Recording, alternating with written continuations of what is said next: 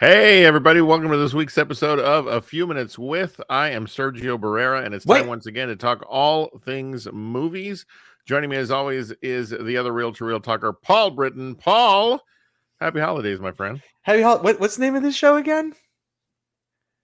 Say again? you called it A Few Minutes With. Did I say? Oh, my Yeah. God. How horrible am I? That's Hey, okay. but the other thing is I'm having trouble with my audio, Oh, is I what's can hear you happening. fine. I can This hear is you fine. not A Few Minutes With. This is real-to-real talk. I'm sorry, Paul. It is. It's my favorite show. I mean, it I'm should be. biased. I'm biased. You I feel like a doofus. Um, Real That's to Real okay. Talk is the name of the Yeah. show, and we're here Yeah. to talk movies. Movies. Paul, one of the things that we like to do on this show here on Twitch Yeah. is to let fate decide at times Yes. what we're going to watch, and we did it again. I know. Only this time, Oops. we did our very first. Ready? Are you ready for the big reveal? Yeah. We did our first Netflix Roulette Holiday Edition. Woo! Here on the pod. Paul, we've been doing it for so long, but for those who might be listening, tell them about what Netflix Roulette's all about. So there's a website called Real Good, REELGOOD, and you go over there, and if you just type in realgood.com/roulette, it'll take you to this awesome thing where you just like, hey, pick a movie at random. You can choose genres. You can even do various different streamers. We have just always stuck with Netflix as the streamer of choice for us. You don't have to do that. Don't feel beholden to our rules. But the interesting thing is that for the holiday edition, we actually had to mix it up a little bit and not actually use Real Good because they don't have a like holiday genre or holiday category. Yeah. I included their logo because they of course are the inspiration for Netflix Roulette. And one of the things that we both discovered, and I think you put it perfectly when you said something to the effect of, I'm paraphrasing, but it's basically we don't lack for choices. Yeah. Because what we decided to do was we would have one random choice that we assigned each other a number for, and then we would have a second movie that would be of our choosing. And just to build on that, when we say assign a number, what we did was enter into the search engine on Netflix. So went directly into Netflix, and in the search engine entered Christmas. Yeah, that's it. That's all we did. We entered Christmas. I gave Sergio a number. He gave me a number, and we counted movies until we got to the number we were assigned to make it somewhat random, and so we wouldn't both get basically probably the same thing if we both just the first thing that comes up when you type in Christmas. So and we could have given each other quite large numbers for sure. And I'll tell you what, so you go first. What did you learn from this exercise? Did you learn anything? That there's a budget out there for only semi-okay movies. Yeah, not just a little. There's a huge budget for semi-okay to semi-intolerable Christmas movies. Like, and I understand, like Hallmark Channel. I know that's their thing. That's what they do. They just make mediocre, poorly written, poorly acted, but schmaltzy Christmas movies. It's all they do. Yeah. Netflix has its own cottage industry of these very same movies. So if you just feel like, you know what, I have seen all the Hallmark ones, I need to branch out. Netflix is your jam because there are a lot, ridiculous amount. It's absurd. It needs to stop. And our lack of understanding of that is shown by the fact that the numbers that you and I used were 9 and 13. Yeah. And to say that we could have gone higher is, I mean, I could have given you 72 and you still would have landed I'd still be counting on a Netflix produced bad Christmas movie. And so, and this is where I wish Netflix, and I don't think they do this. Maybe I haven't played close enough, but if I could see, like we see on YouTube, like viewer count. Yeah. Right. Of how many people actually watch these movies. They don't do that for a reason. Can you imagine though? For a reason? Go ahead, please. Well, they don't want they're not at all interested in letting you know how many people are watching their shit, like in real numbers. Like they'll throw out numbers out there, but there's absolutely no reason to believe those numbers and to think that they want to give those numbers out. You know? Yeah, I mean, I'm just morbidly curious because there are so many titles, and the ones that that at least in terms of the random one, and I don't know, the assigned one, I would say. Yeah.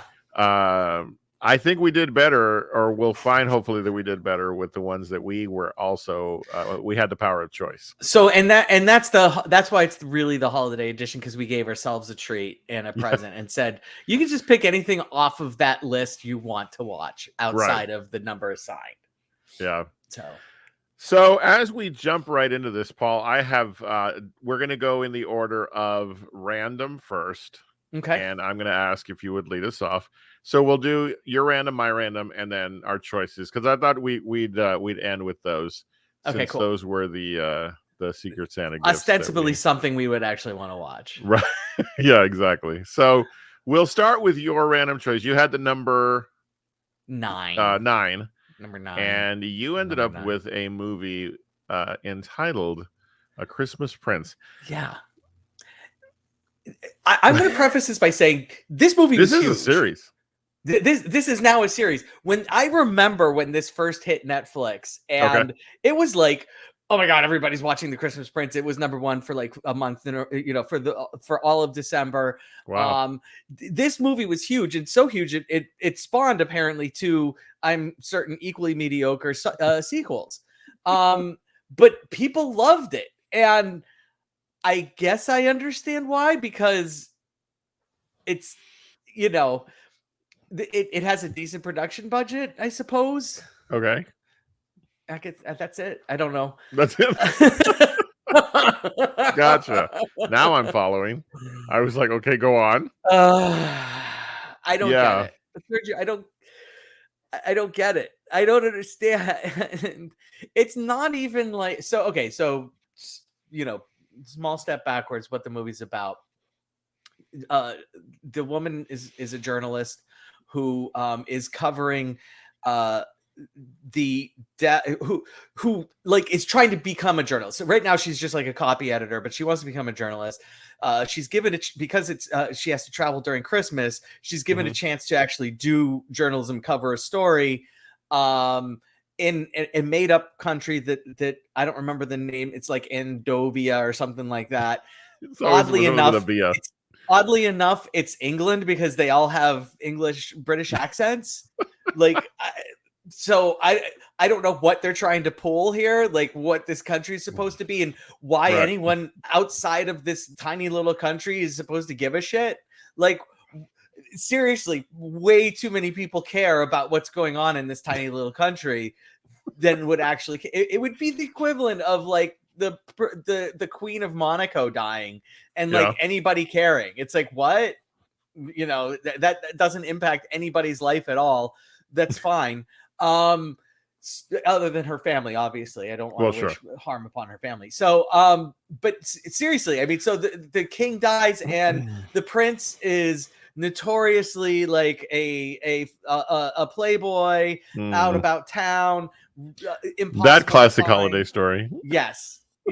And of course it turns out that he's not a playboy at all, but rather somebody, spread a rumor about it, and it got a life of its own. And so apparently nobody ever fact checked whether or not he actually is out doing interesting things, which he never was.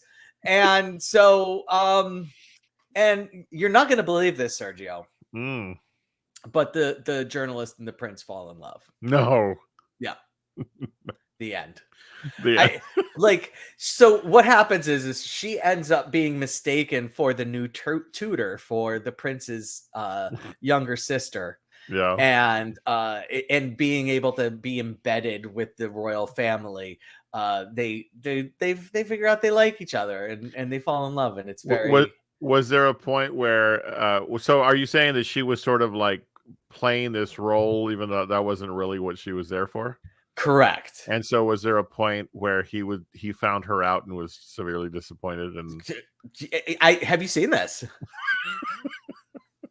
Wow. I feel like maybe I have. Okay, In other interesting. forms. Yeah. So, wow. do you want to guess what happens at the end? Well, I mean, Keeping in mind that she is from New York City and he lives in Endovia. I mean, he obviously is going to fall in love with her, and because I know the I've seen the posters for the sequels, they obviously are going to get married.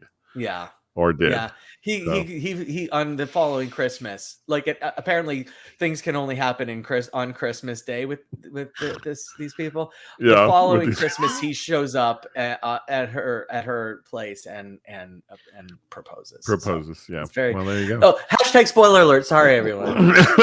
You've ruined it. I know. For so many. Goodness gracious. All right. Well, there you go. Yeah. A Christmas Prince. Well, keeping on the theme of royal stuff. Really? I got The Night. This was a Christmas. Big one too. I remember this one. Yes. Because I'd never heard of these movies before, Yeah. Well, and part of it is probably because of the conversation we had last week, Paul, about I don't really get into Christmas movies, like much less mediocre. And so so The Night Before Christmas, I literally was like 11, 12, it's gonna be The Night Before 13. It's like, yeah. And and you know how I am about puns and wordplay. I love that stuff. You do. So of course, part of me was like, yeah. Part of me was like, okay, fine. But then the movie started, and within the first 5 minutes, I'm like, wow, we are working on a thin budget here. This was like after school movie of the week kind of stuff. The premise of the tale is the knight that you see there, Josh Whitehouse. Yes. I can't even recall his name in the movie. He and his brother, the movie begins, and they're going falconing. There's a falconing competition, of course, and the knights of the land are competing to. They don't even explain like how they're going to go about like winning this competition. They just all ride off, and it's all you can tell very low budget armor like that they're wearing. I mean, it fits poorly on everyone. Interesting. It's just really, right from the start, you're like, ooh, okay, they're putting the money somewhere else. In hiring Vanessa Hudgens. And maybe. Obviously. Because, and this is we're in medieval times when this begins, not the restaurant, but, in the age era of. That would have been awesome. Right. If she that might have been a more entertaining movie. Yeah. So he is in the medieval era. Right. And he goes riding and he encounters this woman, this woman in the woods who says, you're going to encounter this adventure and this and this and that. But then it turns out he's being set forward in time. Okay. And we meet Vanessa Hudgens, who is a school teacher. And, right off the bat, her first dialogue is with one of her students. And the student is doing poorly in school because her boyfriend broke up with her. And then there's this real schmaltzy conversation between the teacher, Vanessa Hudgens, and the girl. And I'm like, this is really bad advice to be giving to a young, impressionable mind about anyway. So, and so circumstances happen. Oh my goodness. Given the history of Vanessa Hudgens and like things that have happened in her past, I can't even imagine what the advice was, but I like terrible. I'm sorry. It was just, I mean, it could have just stopped at, these things happen. Yeah. No. Over the course of the film, as the knight is sent into the future, into the time of Vanessa Hudgens, there is, of course, every conceivable time travel trope of him trying, he's fish out of water. Yeah, it's like that. Yeah, absolutely. If you think about what they accomplished with the very first Thor film and how the elements of fish out of water were kept to a minimum, but were very funny. Yeah. they tried too hard, and it was almost as if someone decided maybe that won't be the funny one, so let's do one more. Let me guess. And He tries to battle a car or something like that. yeah, and he he can't understand why riding his horse through the streets of a modern city is just not a thing. It's just no. it's one joke too many, and the second one is where it started not being funny. The what I'll tell you, because much like your film, they fall in love. Really? In fact, he is able to make his way back to his time, and then gets mopey, right? And he's told, of course, you should go back, right? Yeah. And so all that happens. He has the ability to time travel, is what you're saying. Yeah, and then here's the part that for me was the most horrifying about this horrible film. Okay. Is that at the end it's set up so that his brother from at the beginning of the movie, now is going to have the opportunity to have this same encounter because of the circumstances with which the movie ends, because he runs into the woman in the woods, and you're like, don't talk to her. You need to plant the seeds for a sequel somehow, Sergio. So Sergio went a looking. Yeah. And thankfully, apparently decisions have been made that there will not be a sequel. So but then again, that could change next week. So sure. But there you go. But yeah, The Night Before Christmas, it got no more charming than its title. So wah, wah. Indeed. Yeah. Indeed. So I was happy that we had the option to choose. So sure. I am ready to proceed to the movie you chose, which was Christmas Mail. No, that's not the one I chose. That was my what the hell did I just watch? You're right. Sorry, let me give me a minute. Oh my goodness. I would not choose to watch that. I could have sworn I did this right. And that's okay. We love you. I thought it was Alien Xmas. It was your what the hell? No. Of course it wouldn't have been. That's okay. We can fix it in less than 30 seconds. Okay. Through the power of what we're doing. Sorry, Paul. It's okay. I promise that I do know what I'm doing. It's okay. I love you. All right. Thank you. I appreciate that. I sent Christmas cards yesterday, this morning. I put them together. Yeah, so be on the lookout for the world famous Britain family Christmas cards. I look forward to it all the time. Yeah, they're really good. They're really good. Okay, that's one fix done. Yeah. And I don't know why I even here's the worst part is that I have the email in front of me as I was doing this. Yeah. Or the text in front of me. I don't want anybody to ever think I would have watched that prior movie. That spoiler alert. Yeah, well, we'll put a disclaimer. When we post it. All right, we're ready. All right, here we go. I think we're ready. This quality podcasting going on right here, folks. There you go. All right. So, I looked through the list, and as we kind of gave a spoiler alert up front, Netflix has made so many of these just terrible. I'm calling them what they are. Terrible, schmaltzy, kissy Christmas movies. Sure. So when you type in Christmas, it's like schmaltz. Oh, here's something different. Schmaltz. Oh, here's something different. And the problem is like all of the animated ones that they have, which are actually tend to be pretty good. I've watched those already. Okay. like I would have watched Claus, but I've seen Claus. It's a quality Christmas animated movie. I highly recommend it. I thought so. Oh, is that the one you did? Don't steal my thunder. Okay. So I saw this one, Alien Xmas. I was like, okay, I'm gonna do this one. And like literally it's so far down the list. Yeah. Unfortunately it was a special, but I was like, I'm not going back through that list to try to find something else.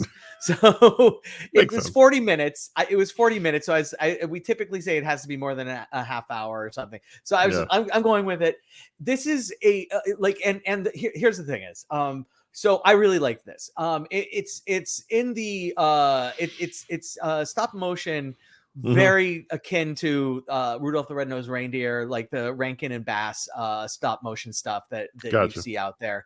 And it's about an alien an alien species, I don't know, or alien race that only knows about stealing. They don't know about giving. They developed through stealing, and like you find out that long ago that wasn't the case, but then as time progressed they lost their joy, and and so like they turn from colorful creatures to these gray aliens that you see here on the poster.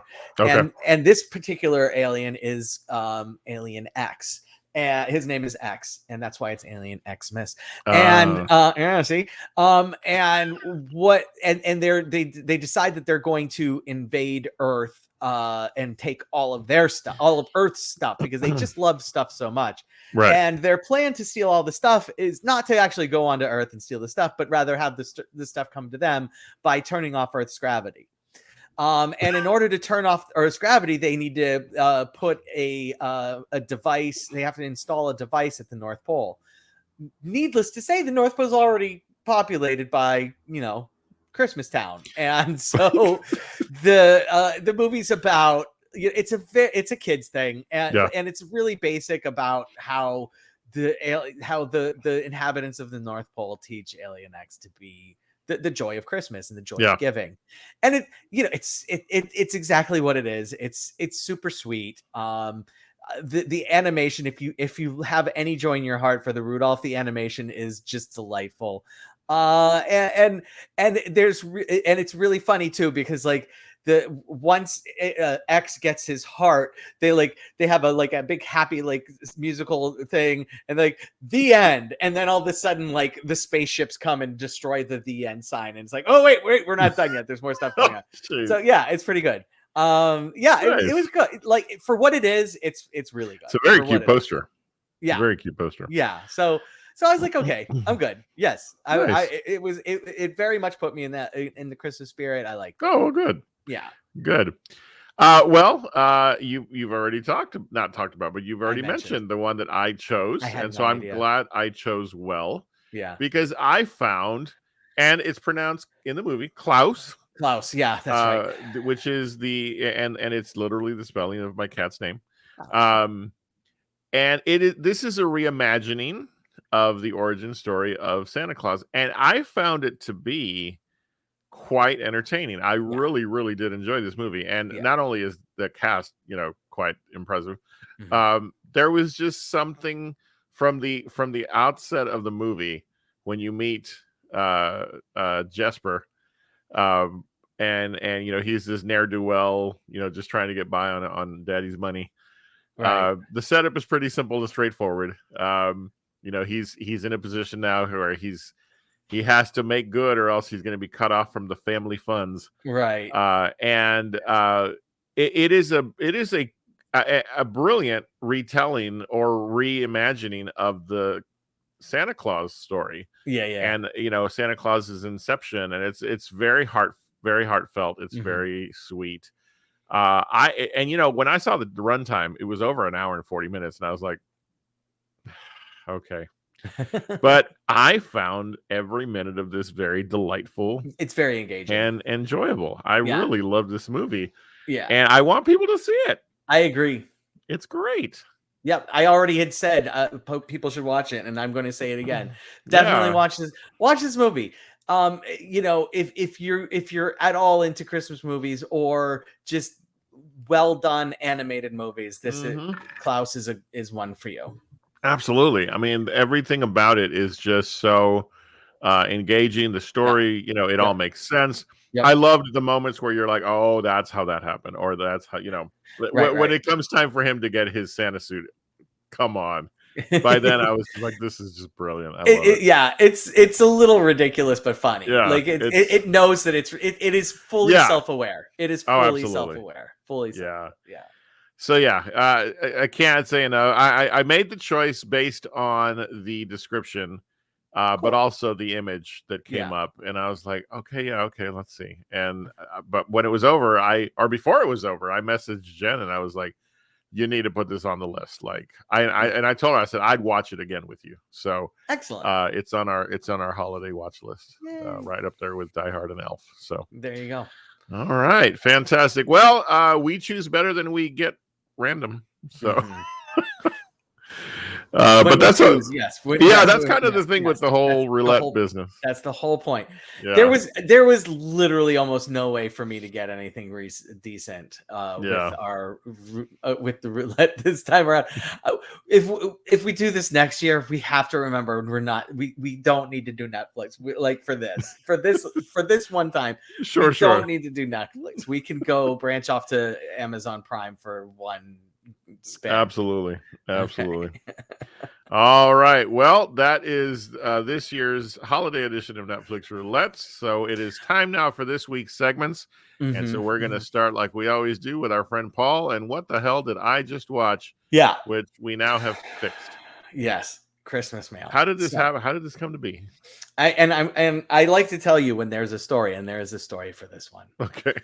Last year, like the week before, like Christmas, like almost Christmas Day, like right around Christmas Day, my son comes to me so excited. He says, "Have you ever heard of the movie Christmas Mail?" And I'm like, interesting. No, I have not. He's like, "Did you know it's the worst Christmas movie ever made?" And so it was already too late for me to include it in my what the hell did I just watch last year. So it's like I filed it away, and I was like, okay I'm taking my son's recommendation this year, or for this one. And so this came to us via my son. He a YouTuber that he sometimes watches. Apparently did a review of a movie, although I didn't know that he was following YouTubers that do reviews of movies, which make me kind of feel bad that he's not following ours, but that's a whole other thing. So the YouTuber did a review of this movie and called it the worst movie he's ever seen in his life. And so naturally, that's exactly the type of thing I gravitate towards for what the hell did I just watch. This is if I did any amount of research on this, I would imagine that I would find out it did indeed first air on the Hallmark Channel. So woman on the left is a what was her name? Holly North or something. I don't remember her first name, but it was something North. And she gets a job at a local random town's post office. Like why she's at the local town's post office, doesn't matter. Right. Like it's like Seattle or something like that. And like all the Santa cards are coming to her, and she is responsible for responding to all of the Santa letters that come into the post office. Yes. And so the mystery is, why would she do this? And so we find out that every year after Christmas she moves to a different town, and the guy on the right is a postal worker who is also happens to have a niece whose parents have passed away very recently, and he is responsible for it now. And okay, first question. The guy's boss, is he good or is he bad? Oh, he's bad. Very good. All right, ding, correct. Second question: does the guy's boss give him a present, or have him try to figure out why this lady was assigned to his thing, believing that she's just there to spy on him? The fact that you're willing to say all of that for the second answer means it's the second answer. It is the second answer. Again. So anyway, so that's how he ends up getting close to her. And wow. You're not going to believe this, Sergio. Uh-oh. You're not going to believe this. They fall in love. No. They do. You're also not going to believe this, but she finds out the reason why he started talking to her and doesn't take it well. They had a fight. Yeah, they had a fight. The last thing you're not going to believe is that turns out throughout the movie, like she's constantly calling her dad, and it's just on the phone. It says dad. We find out that her dad is Santa Claus. That's the clincher right there. That's the big spoiler alert. Hashtag spoiler alert. I don't want anybody to watch this movie, but Wow. If you do, that I am sorry for spoiling the big reveal. So that's what that's why Wow. we're tuning into this one, is to find out that her dad is Santa Claus. Wow. Yeah. Wow. So, Paul, yeah. I have to ask you, Yeah. because it is in such a front forward position on this poster. Please tell me that at least the dog was charming throughout the film. Okay, I will answer that question only if you can guess the dog's name. Oh, You don't. man. It's her dog. So first of all, I will tell you Oh, it's her geez. dog, and you don't have to guess it exactly as long as you're in the ballpark. Keeping in mind she is Santa Claus's daughter. It's probably something like, oh, jeez. Come on, it's very straightforward and simple. It's her dog. Her dad Yeah. is Santa. Yes. If the dog's name is Elf or something silly like that. No, it's Rudy for Rudolph. See, I was gonna say Rudolph, but I thought surely not. It's Shirley, yes. You Jeez. haven't seen enough of these movies if you think Shirley not. Rudy? Yeah, the dog is super sweet. Like, it's the classic dog is constantly reflecting the emotions of Right. her. Like, so when she's down, the dog's down, and when she's excited, the dog's all. It's Wow. like, we don't really need this, but okay, fine. It's a cute dog. Gee, wow. Maybe we should again one of these days we'll do a what the hell did I just watch film festival, and Christmas mail will be included. It's on Amazon Prime, kids. Go check it out. Please tell me you didn't pay for it. Oh no, I had to watch. Well, it's Freevee. It's on Freevee. Is where kudos really. to your son for putting this on your radar. Yeah, I'm not following his recommendations.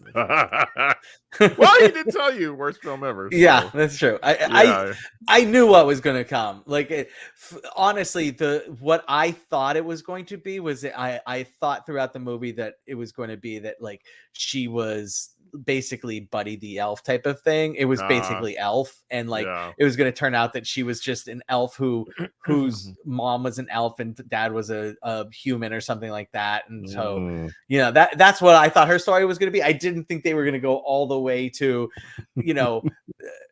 her dad is Santa Claus. I didn't see that coming, but that's all right. Well, if you only get one shot, might as well take it. So yeah. All right. Well, week to week, you can find out what kind of weirdness Paul's been watching, and let's all thank him for the sacrifice he makes in life. Also, oddly appropriate for given the other movies that we had to watch. So yeah, absolutely. All right. Well, that brings us to this week's Real Alphabetical. We are up to the letter S, and the movie was Seven Samurai, a classic Akira Kurosawa film. I think this will be the first time I'm going to disappoint you, Paul. Oh, no. Because I understand, having watched it over its long, over 3-hour runtime. I told you it was a long movie. Oh, I know. I've always known it was a long movie. Okay. Okay, here's the thing. I understand its merits as an epic film that is held in extremely high regard. Yeah. But wow, there's a lot of yelling in this movie. Yeah. There's a lot of screaming and yelling in this movie. This is the very, very... By the way, I fucking love this movie. But The Magnificent Seven is my all-time favorite Western. And so maybe therein lies my mistake, but I love The Magnificent Seven. Yeah. Like, tremendously. So, and I've always known that the source material was this movie, Seven Samurai. Yeah. And so it's hard for me to separate, especially when you consider the styles of the 1950s in terms of filmmaking and what Kurosawa was doing at the time. Yeah. In terms of what he was working with. So many bald caps in this film. But what I will say is, number one, I'm glad I've seen it, because finally it needed to be a box that was checked off in my movie watching experience. For sure. But there's something to be said for the way in which what I think I appreciated it more when I read through how much Kurosawa went through to get this film made. Okay. And how many times it was paused, and because it was not going to be allowed to be finished. And rather than get frantic about it, he just went about his business and, and he told all of his, producers and people involved in the film, they're gonna give it back to us. Don't worry. And he just went about his life in the Zen way that you imagine a Kurosawa would, Yeah. right? Yeah. And he was right. The filming was stopped on at least 2, maybe 3 occasions. Interesting. And each time he was like, "All right, I don't know what y'all are worried about it. They're gonna call us back, and they're gonna say, okay, green light again." And he was right, and the film got made. And so many interesting stories that are, there was a whole article I read about the final battle scene in the film, which is so simple, right? And yet so deep in terms of its storytelling, and you feel the pang of those who are lost, and the final image of the 4 hills. It's like, yeah, it was a tough watch because of the stylistic sense of the overall film itself, but I appreciated it more when I read about it. Yeah. And I was like, oh, okay, cool, I get it. There's so much lore behind this film and all it took to make. And Kurosawa was just a badass because he was like, I'm going to make my film the way I want to make my film. Yeah. And that's all of his movies. And look, could this movie have been 2.5 hours? Absolutely. This movie could have very easily been 2.5 hours. Yeah. Is it just an absolute masterpiece? Yes, it is an absolute masterpiece. No doubt. Yeah, it's so beautiful. It is such a beautifully made movie. Kurosawa is just arguably the greatest film director ever, filmmaker ever, and he's in the conversation. And this is like, just another one of the many movies that he made that it's like, okay, this is why, Yeah. Oh, he's so good. It made me want to revisit Run because it's been many, many years since I saw that one. And I love reading about the history of movies, and especially, like, I love biographies, and so directors all day long, right? But yeah, the lore behind the making of this film was so interesting, and it made me appreciate it better. Because I'll tell you, when it was first done, I was like, oh God, thank goodness. But again, sometimes I have to explore the behind the scenes to get a better appreciation. So so there we go. We are up to the letter S. I cannot believe we've gone this far. In this project, it's awesome. So next week, or I'm sorry, 2 weeks. No, next week. Yes, next week because we'll have Avatar. T. We'll have letter T. Yeah. All right. Fantastic. So more to look forward to on Real Alphabetical. It's time now for some real quick reviews. And wow, what a move we're going to make from what we've been talking about to what we're going to discuss now. Yeah. This is a good example of why is this coming. First of all, why did they wait for so long to release this? Like, why were we not given this in September or late August? And like, it's but here we go. Emancipation with Will Smith on Apple Plus. Not remotely enough, word out there that this movie's coming. Yeah, very little promotion. Very little promotion, which is a shame. Okay, so the closest comp for this one obviously is going to be 12 Years a Slave. This is not that. Okay. No, not at all. But is it good? I thought so. It has. So this is the story. There's the really famous photograph of a man, a former slave, who his back has just been absolutely torn asunder, and he's sitting with his back to the camera and his face profiled, and it's basically the true story of what this person went through, right? But specifically in trying to gain his freedom, and there's some of it as it's presented in the film is fascinating, is just gripping, and then some of it is him wrestling alligators. Right. Yeah, so, I'm so glad you brought that up.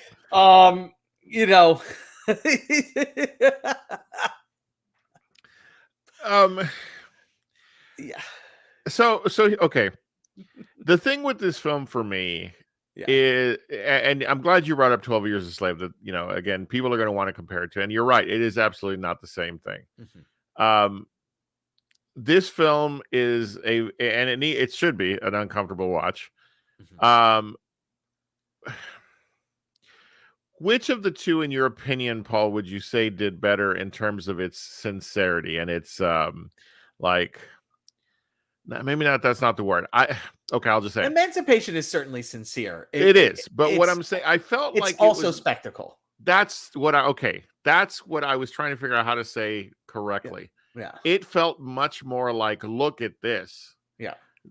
And it spent so much time doing that throughout the course of the film that you're like, wait a minute. For me, it's kind of muddling the message.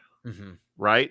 And that was, I think, what my biggest struggle with this film was, is that it was too the word gratuitous comes to mind in how it's presented, because it isn't presented in a way that makes you want to further a conversation or get more involved in advocacy or whatever. It's just like it's in your face. And I think that I don't know that was ever the intent, but I think that's where it slips a bit, because it's a good movie, but it isn't the one that I'd point to and say, hey, if you want to know some history. Yeah. And so the director Fuqua, he's known for making action movies. Like, absolutely. But he makes really good popcorn flick movies. Right. And this is his attempt to go beyond that, but for whatever reason he can't shake the he went right back to that well. Yeah, like, we don't need the alligator wrestling scene. Right. It's just, it's so silly. It is so like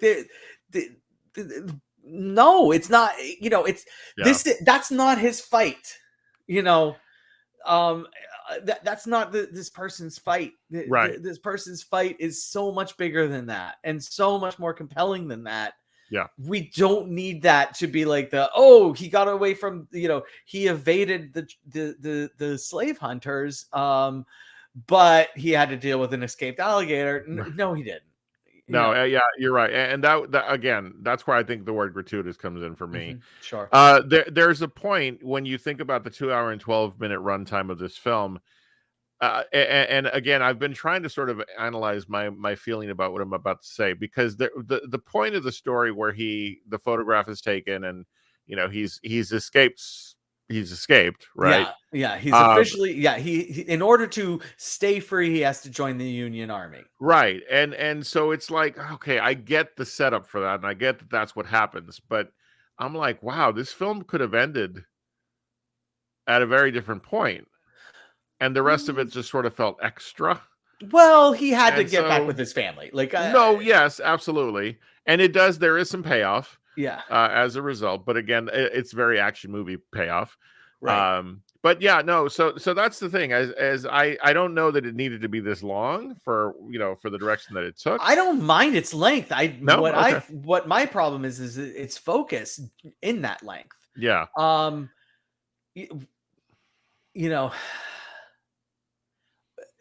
He's a slave. We don't need torture porn, right. And I'm not saying that we need that, or that this film needed that, but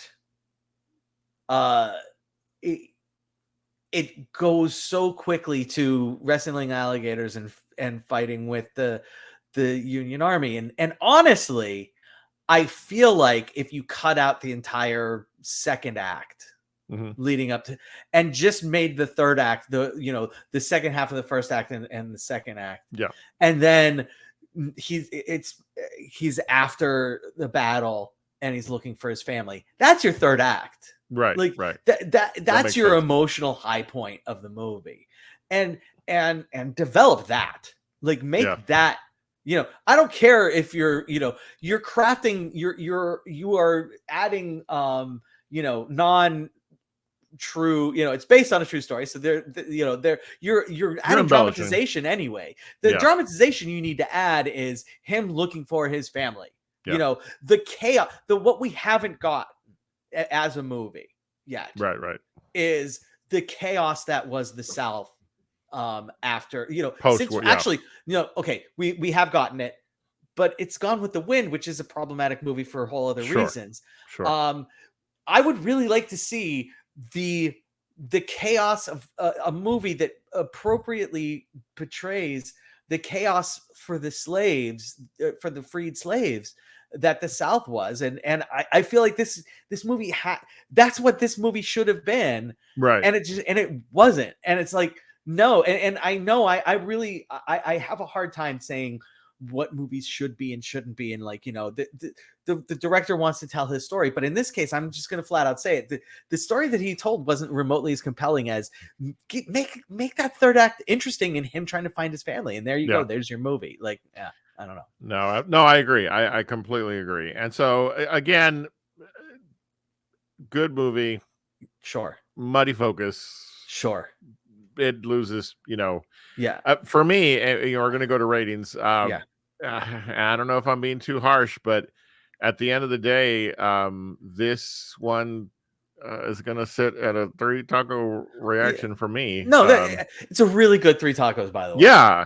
It's a fantastic 3 tacos, but it does nothing to get more than the 3 tacos. Yeah. It hits the emotional notes that it needs to, but it doesn't hold them. It doesn't sustain. It doesn't sustain them, right? And Will Smith is really good in this, but he was better in the movie last year where he won the Oscar. King Richard, King Richard. Thank you. And I mean, this is an Oscar-worthy story if the story is better.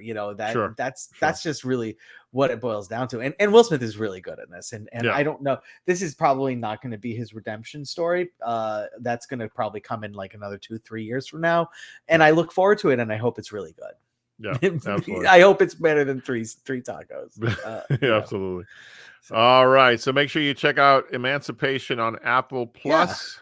Apple Plus starting to kind of come in with some pretty decent material. So, yeah.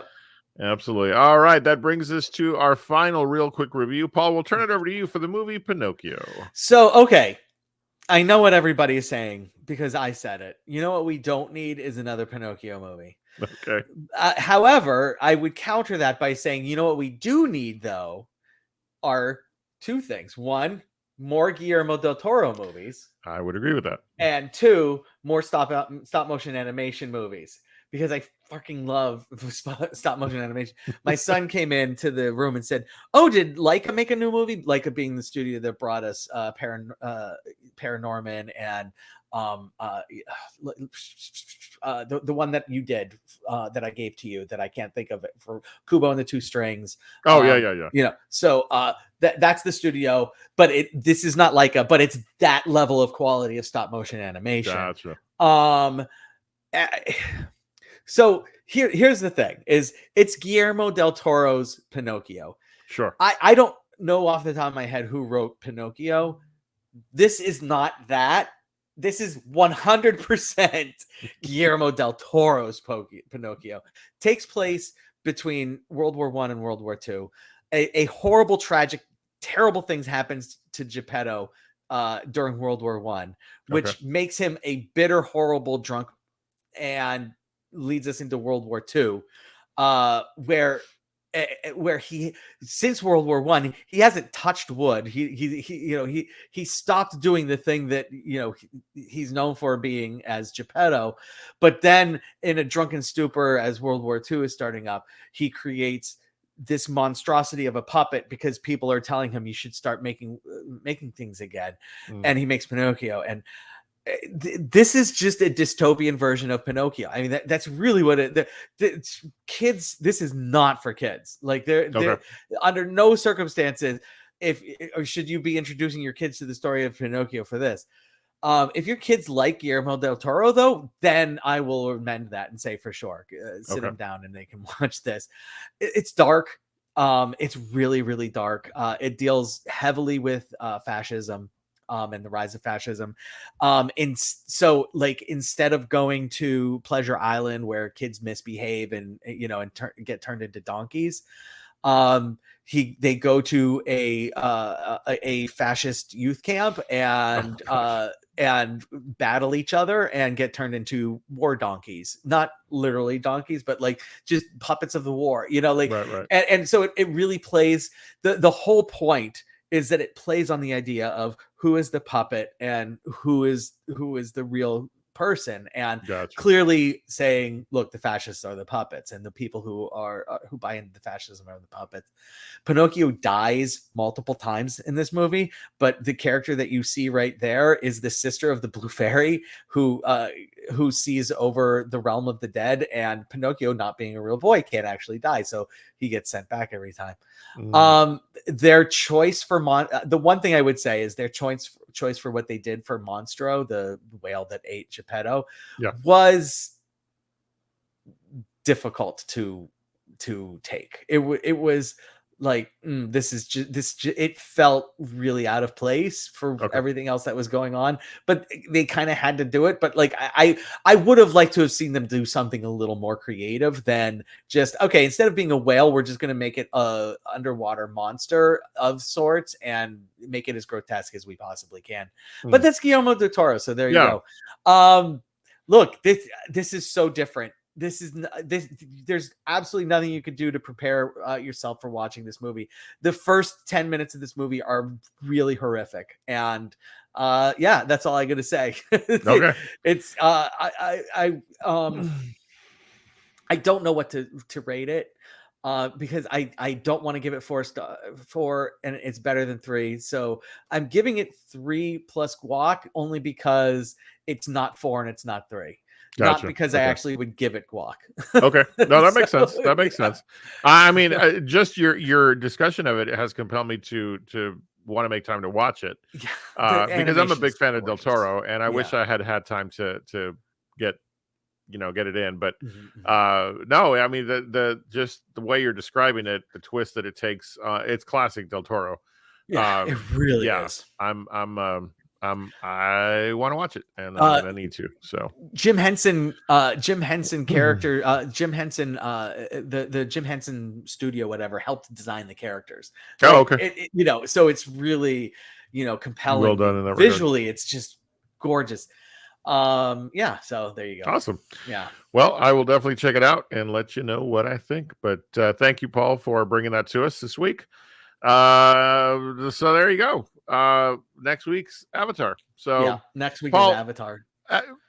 Not as a prelude, because it's not going to be a long conversation, but I got to tell you, the length of time between Avatar and the absolute epic thing that it was when it first came out, and now, do you go in? I just want to simply ask you: do you go in with this notion of it's got to really wow me to be better, or is it just like, I'm gonna let this thing just happen? I'm gonna what are your expectations, or do you have any at this point? Because I'm trying not to have. No, I definitely have expectations. Okay, and my expectations are that it has to be just the most visually stunning movie I've seen in 5 years, because that's the whole point. The whole point is that he's not ready to make it because again, he wants to take a leap in technology, like he did with Avatar. And that's my expectation. Like, it's interesting because on one of the film community boards that I'm on, there's a lot of bagging on Avatar as being like a pretty basic retread of a plot. I don't get that. Like, I feel like, yes, is it a super original narrative? No. Is that narrative replayed in a lot of different movies, and when it's done well, is it compelling? Yeah. And so it's not every story is going to be like crazy, original, super original. There are basic plot lines for archetypes and that sort of thing for a reason, and the Avatar movie tells a very basic archetype. And I feel like I've read enough about what people are saying about it to feel like I'm not going to be disappointed. So, okay. Yeah. I have literally done all I can to avoid reading or looking for anything. I just want to walk in cold. Yeah. I even cringe when the trailers have played, because I'm like, oh God, it feels like a rehash. But back to your earlier point, Cameron is always about using what is at his available to him, and if he's waited this long, then the result should be something epic. So Yeah, I'm excited, and I'm not even deterred by the 3 hour and 15-minute runtime. Yeah. So. No, hey, you just did Seven Samurai, so you're well. And here's the funny part, because you know we've been doing the show for a while now, and I'm entering this phase in life where runtime is like. I hate to say it. I'm not gonna lie. You take that into consideration. I'm like, man, and it doesn't keep me from watching the movies we need to watch for the show. But it's funny how it's on my mind now. It's like, oh geez. But Avatar is, I think we can trust that James Cameron waits for reasons.